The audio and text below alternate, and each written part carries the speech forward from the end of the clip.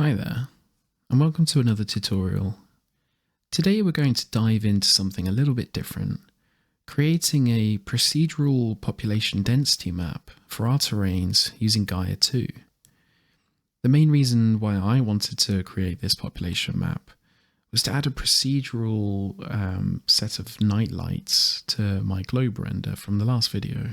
When trying to figure out where populations will naturally grow, key factors to consider are things like food sources, trade, defense, buildable land, and the climate. So using Gaea 2, we can get pretty close to generating a population density map that covers these considerations in a fully procedural manner. However, for the best results and a little more fine control, there are some simple tweaks that we can make later on in Photoshop as well. It really depends on how much precision you want for your world building purposes. In order to ensure the results that we're getting from this population density map are realistic, I've decided to pick a real world location so that we can then compare the prediction to reality. Now, I've just got back from holiday from the beautiful island of Kos, one of the Greek islands. So I thought I'd use this as an example. So we can see here, just looking at Google Earth, that we have this kind of mountain ridge along the sort of southern side of the island, and so like a sort of a natural bay here around Kos town. And in fact, if I switch over to Google Maps, we can kind of see, just based on like the density of the road network, really we've kind of got this key population area here around Kos town, and then the kind of road network sort of follows the sort of the northern coast down to Cardamina and Kephalos on the kind of western end of the island. And there's also kind of regions around the mountains where there's kind of much less population density. So ideally, when we create our population maps, we should be able to see these sort of areas being predicted as the most densely populated. So in order to get the height map for Kos, there's this really nice free resource called the Tangram Height Mapper. I'll leave a link in the description for this. This is a really nice interface for being able to kind of just navigate to anywhere on the planet, and then you can have it as auto exposure, or in my case, I just Googled the highest peak in Kos and used that as my max elevation. But this will give us our kind of starting height map in this case. You can obviously follow this with a real world example if you want, or you can use your own world as an input to this. So you'd want to render this, and the first thing you'll want to do is to load this up into Photoshop just to crop this to a perfect square aspect ratio, so it's suitable for Gaea. So now, hopping into Gaea, the first thing you're going to want to do is update your project settings. So go to Project, Build Settings, and then Terrain. And here, because we're working with real life data, we can adjust the width and the height to match the real kind of scale of the height map that you've downloaded. So in my case, the height was 846 meters, corresponding to the highest peak on the island of Kos. And the kind of length of the island is roughly just under 50 kilometers. So I've set it to 50 kilometers because we've got a bit of coast either side of it as well. one, I guess, slight downside of this is that the image doesn't quite have the dynamic range to kind of capture the coastline perfectly. So you can see here, we sort of get these kind of layers and things like that, where it's just the different black levels. And it means that the kind of areas like Town itself is sort of disrupted. We're not kind of getting the perfect landmass shape, but it's fine. This is going to give us a good enough approximation. So I won't go into too much detail on the 3D side of this, but my workflow is essentially to load up the height map using a file node. I then apply a slight blur, and this is just to kind of clear up the these kind of like almost like contour lines that we get from the height map. The next thing I did is use a curves node, and the idea here is I just wanted to make sure that we've got a more defined edge to the coastlines. So if I just sort of go back and forth, you can see how it suddenly like pops up. And this is just by adding another point here and just dragging it slightly upwards. So these kind of, this sort of elevates that land that's just a bit above the ocean, makes it a bit more pronounced. And that means that when we use the C node later, it's not kind of making a lot of the land go underwater. I did a slight erosion just for the aesthetics, and again a ground texture node, and then a sharpen just to make the textures look a little bit nicer. The final two nodes that are coming from this are a C node, and here you'll want to kind of dial in the sea level, turning off coastal erosion. But this you'll just want to dial in so that you're kind of not kind of spilling over into the land. And again, you can see here, while if we go back to Google Maps, here we've got kind of Town, and you know, this sort of shape here is lost a little bit, but it's okay. I think we'll still get the kind of the right idea. I've done a separate rivers node as well. We're just going to use the kind of the data from this more so than actually using the rivers themselves. And yeah, I mean, Kos doesn't have a huge amount of rainfall, so there's not really too many kind of rivers, at least in the summer. But yeah, so once you have a sort of 3D starting point, whether this is from something you've created previously, or if you are using tangrams to get a real world example, I've just marked these outputs as portals, so that you do that by right clicking, manage portals, and then add convert to portal. And this is just so I can load up in a second graph to make the start of the population density map.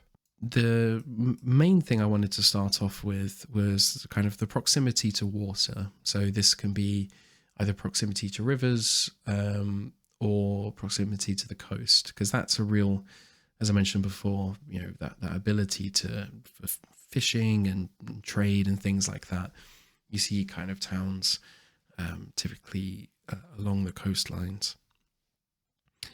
So to do this, I've just created two masks. So our mask for the kind of rivers, and then a mask for the sea. And so we want white to be the land and black to be the water. So by adding in two adjust nodes for these, and then using the portals to bring the rivers and the seawater in, these are then combined with a combine mode node set to multiply and the ratio to 1. So now we have a kind of our water mask.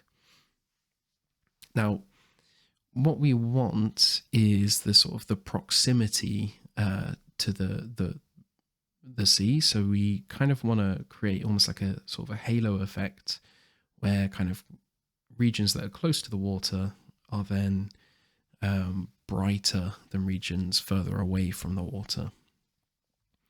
So the way to do this is essentially to blur this mask and then subtract the blurred version away from the original version. So here I've used a variable blur. This is just to kind of, again, you could use a normal blur here, but I find having a variable blur that's driven by a flow node. So I've used the rivers output as the input to the flow node. That creates this kind of mask, this flow map. And what this is going to do is kind of regions where there's more water flow are going to get blurred more. And this just creates an effect where you see the kind of these gray areas, which sort of correspond to areas of greater flow, are darker than the rest of the land. And so when we subtract this from the original water mask, we get something that looks like this. So I've also applied a second blur to the output of the variable blur, because if I just turn this all the way off, you get something that looks like this, and this is just perhaps a bit too sharp for my liking. We're not looking to create something with this level of, I guess, clarity. We're creating a sort of like a rough guide with this population map. So just adding a little bit of a blur to that means that when we add a combine node, and this is dragging out from the previous combine node into the output of the blur node to generate this combine node, and then setting it to subtract and the ratio all the way up to the 1. And you can see that this gives us this effect of, these along the coast, it's brighter. And then also kind of in proximity to these like high flow regions being brighter as well. And this kind of almost like rivers like masking, I think, is particularly for quite dry climates makes sense. There's going to be a bit more water here. Perhaps this is a little bit better for for crops and things like that. So this is already giving us a fairly good starting point. The next part of this workflow involves using the trees node in Gaea. My original idea behind this was essentially, areas where there's lots of trees would be difficult to build on without clearing the land first. So this would create a kind of a mask to kind of remove some of the areas that's kind of shown in lighter colors currently.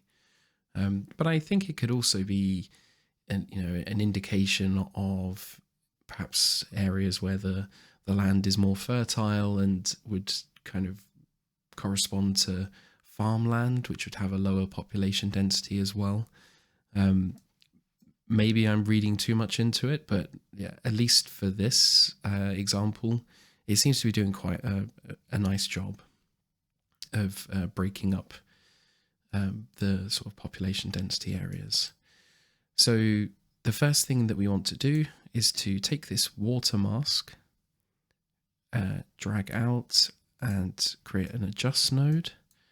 And we just want to invert the mask because we're going to use this to inhibit where the trees grow. So we just don't want the trees growing in the water. Play around with the settings till you get something that looks right, but I think I've kept mine fairly standard. The main thing is to just turn the count right up.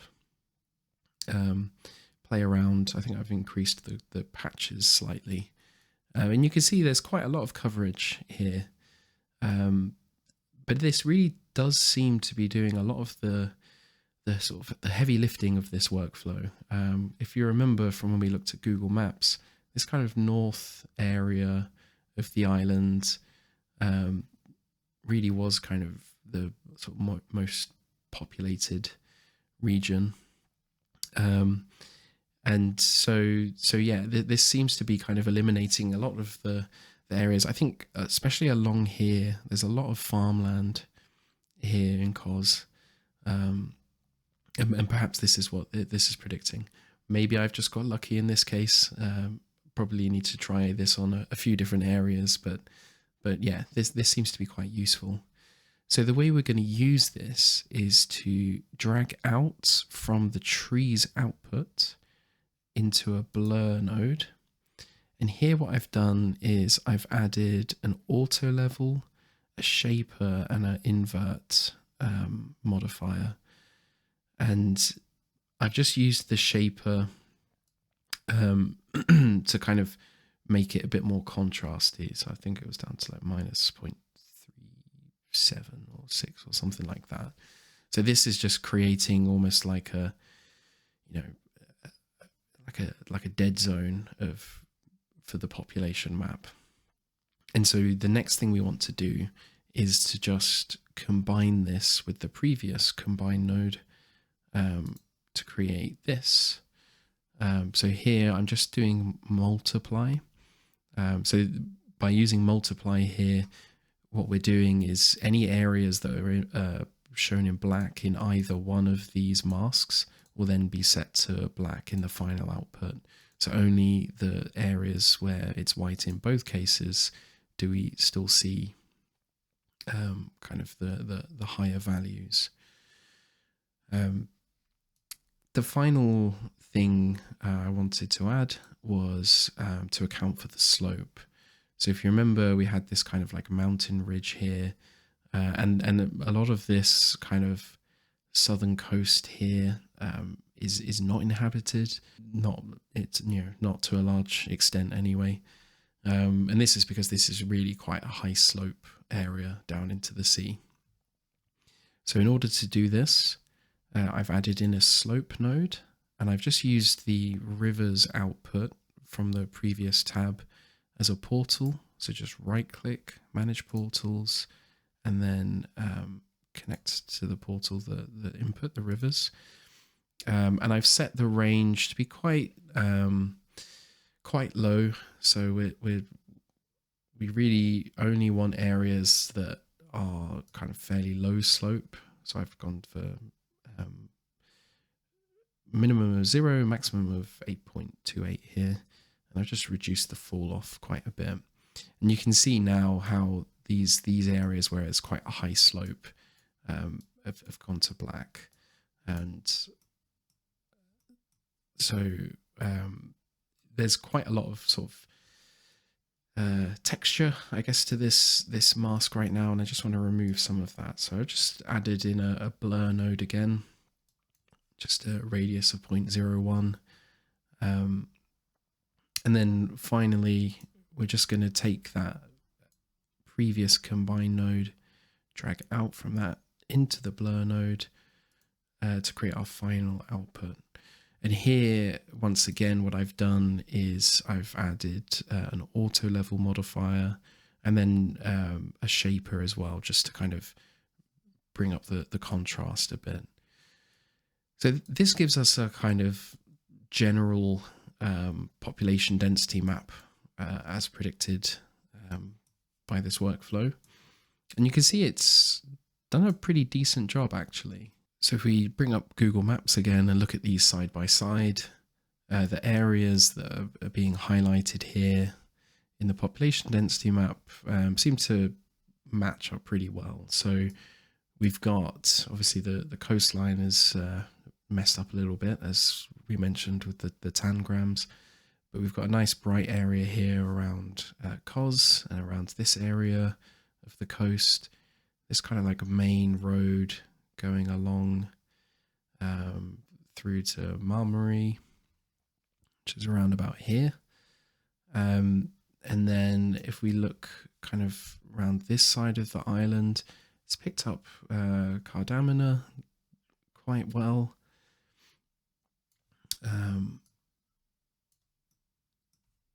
Perhaps we've got even Mastihari. And then if we go down to this end of the island,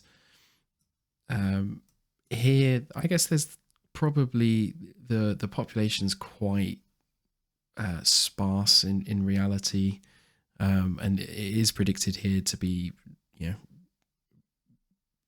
fairly well populated. So, and Kephalos itself is predicted to have some population, but not to the extent that it's like an obvious population center versus the rest of this part of the western end of the island. So it's not doing a perfect job, or perhaps this is actually prime real estate that hotels coming soon.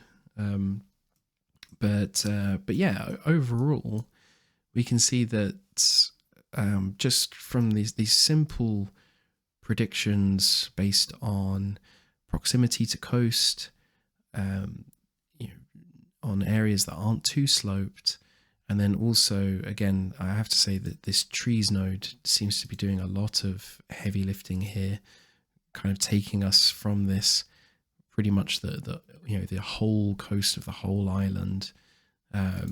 Really gets kind of reduced to the key areas.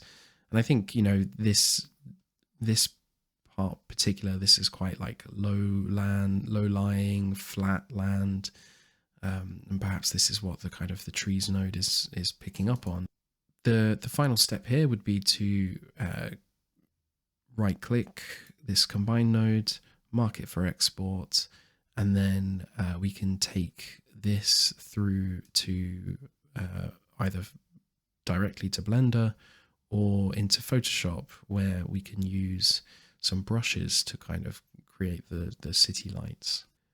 Okay, we'll pick this up in Blender now. I think what I'll do is I'll take us through the fully procedural workflow first, and then we'll load up into Photoshop to look at using the brushes to kind of use the population map as more of a guide rather than a fully procedural workflow. So I've just put together a scene here using the output files from Gaea. I'll do a quick overview, but this won't be in depth. I've got a previous video explaining how to do this. But we take a plane, and then to the principled shader, we use the color output into the base color. We have a roughness output to define where the water is and where the land is, so we can get these nice reflections. And then obviously the height map for the displacement of the plane. But what I want to focus on is going to be the lights. So I've gone for a kind of sunset time, just so we can sort of see these lights, but then also see the land, so we're not in complete darkness. So we'll want to add another image texture where we're going to load up our population map.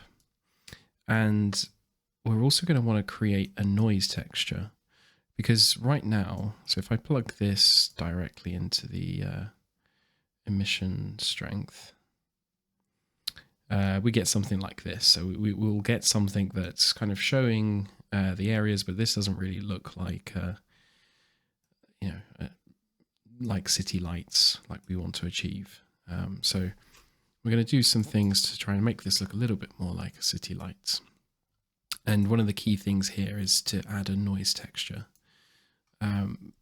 So I have found that the ridged multifractal setting works best, but as always, you can just play around with these. And for this map, these settings seem to work. So increasing the scale to 100, detail to 10, roughness 1. These I've kept the same, I think, and then gain up to 5 and distortion up to 10. And all we're going to do here is take the color output from the noise texture, and we're going to use a multiply node, and we're going to just multiply that together with the output of the population map. And if I plug this in to the strength of to the strength of the emission, you can see here that we're getting kind of more sort of patterns. It's still not quite what we want. We're seeing quite a lot, and we're, getting quite weird swirl shapes and things like that. And one of the key things as well is that it seems to actually just gradually fade off in brightness, which we don't want. The lights are either on or off, and it's actually more, we want this to represent the kind of the density of the lights. But this is okay because we have the noise texture, it providing kind of light areas and dark areas. And so by multiplying these two together, we can represent the urban areas getting kind of less densely populated as we move away. And we do this with a greater than node. So math greater than. And then just to make this a little bit brighter, I'll just add in another multiply node. So we could just set this something like 10 for now and plug this into the strength. And we don't see anything right now, but this is because we need to reduce this threshold. So let's start off with something like 0.1. There we go. And now you can kind of see, as we move away from the kind of most populated, densely populated areas, the lights just become a bit more sparse. So I might want to take this down a bit even further. In fact, let's go to 0.06. So yeah, well, maybe that's a bit too much. Obviously, it will depend on kind of what sort of look you're going for. Is this going to be a really densely populated area? I think this would be too much for cos, perhaps. But this creates this kind of sort of fading off in density rather than just the actual emission strength itself. One other thing is we want to change the color slightly. So if we drag out from the color, we can change this to, we use a black body and change this temperature to something like, let's go for 3000. That just gives it a bit of a warmer color. But yeah, so I guess now the main thing to modify, to just get right, we can, you could start playing around with the scale to get something that works for the scale of the map that you're looking at. So just to show, if we put this up to say 500, the kind of the lights, the points get much smaller. So this would be if you were looking at a larger map. Or if we went down as far as, say, 10, we get these great big splotches now. So I'll put that back to 100. And you can see, obviously if you zoom right in, perhaps, from a distance, these could be sort of seen as streets and things like that. You probably could, put some time and do some Voronoi texture as well to try and create more sort of geometric shapes in this. But I think for this kind of like larger scale map, this can work quite nicely. So the main thing to play around with, as I say, is this threshold value. So we can go to kind of higher values to something more densely populated. Or perhaps lower values, wrong way around. Lower values for more densely populated, and then higher values for more sparsely populated. But yeah, so this gives you quite a nice result. It's something, if you're looking to create these procedural lights for your map that respect the terrain and actually make sense for the world that you're building.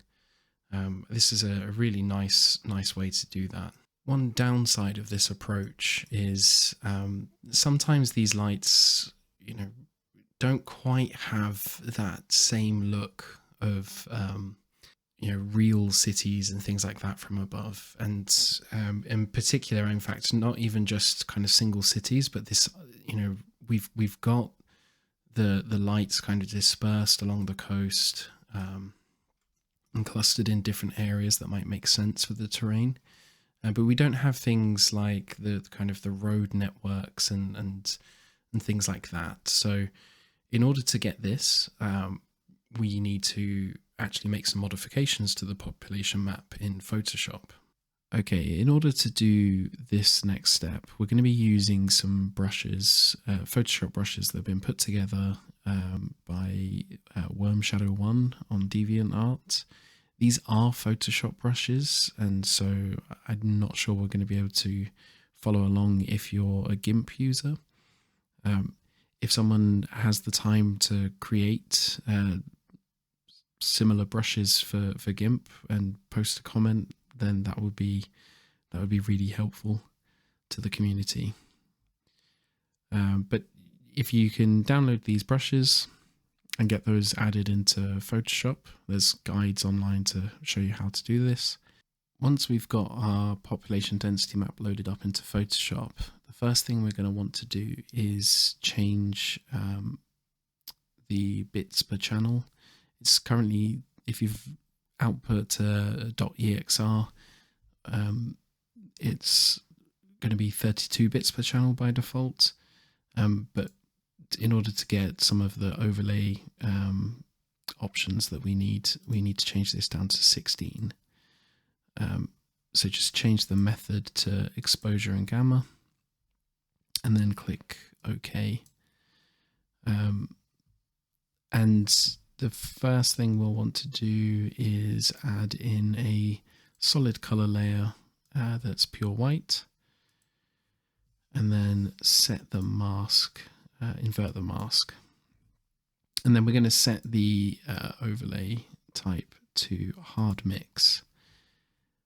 So with your brushes loaded up, you can see that there's lots of different options. So take a look through, see what they look like. Make sure to kind of adjust the size to something sensible for what you're working on your map. These are actually far too, the scale's kind of unrealistic here for an island as small as Kos, but I imagine most people are going to be working on world maps that are quite a bit larger than this. But pick what works for you. So what we're going to do is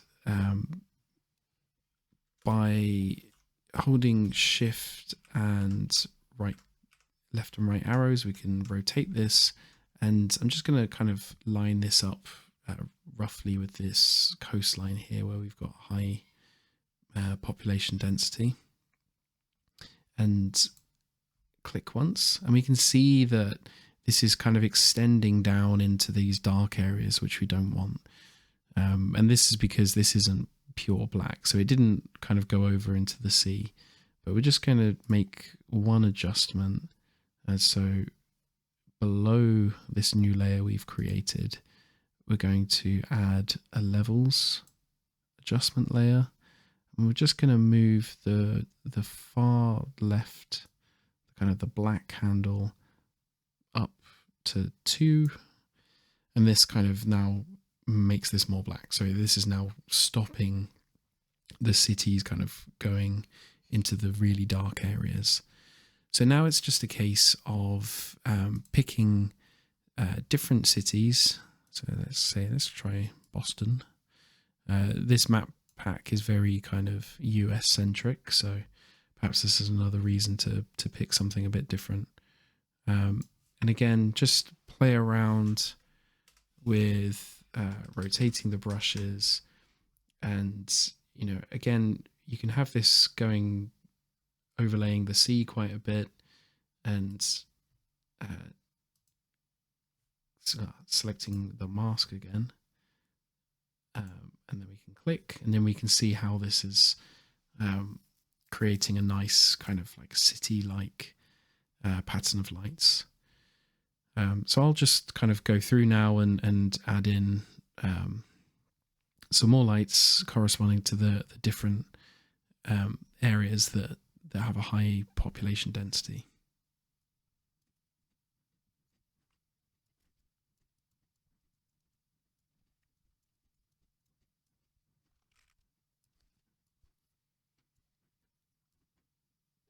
Okay, so I've gone around and I've added kind of brushes to most of the kind of brighter areas of this map now. One thing that works quite nicely, I find, with the coastline is to kind of select your brush and kind of, where these cities are usually quite rounded, you can kind of like place it at the edge of the coastline and click. And then this kind of gives you, the nice sort of high density right up to the coast, and then it kind of sprawls out and fades off. So yeah, the next step is to simply export this now and replace the file we had earlier in Blender. Okay, back in Blender now. So yeah, we'll just navigate to the material for the plane and just updating this file so we can see here what we had before. And I just update this to our new file. And here you can see now we've got something that looks a lot more kind of like the sort of normal city shapes. This might now be a little bit too much. So we're actually getting these new city brushes in addition to what we had before. So you may want to, at this point, just increase the threshold slightly. 0.17 works quite nicely to just take some of that those additional lights. Equally, you may want to kind of play around with the multiply here to increase or decrease the sort of strength of the kind of emission brightness. Yeah, so I think that's pretty much it for this tutorial. I guess I'll show a final render now of what we have. I hope you enjoyed it.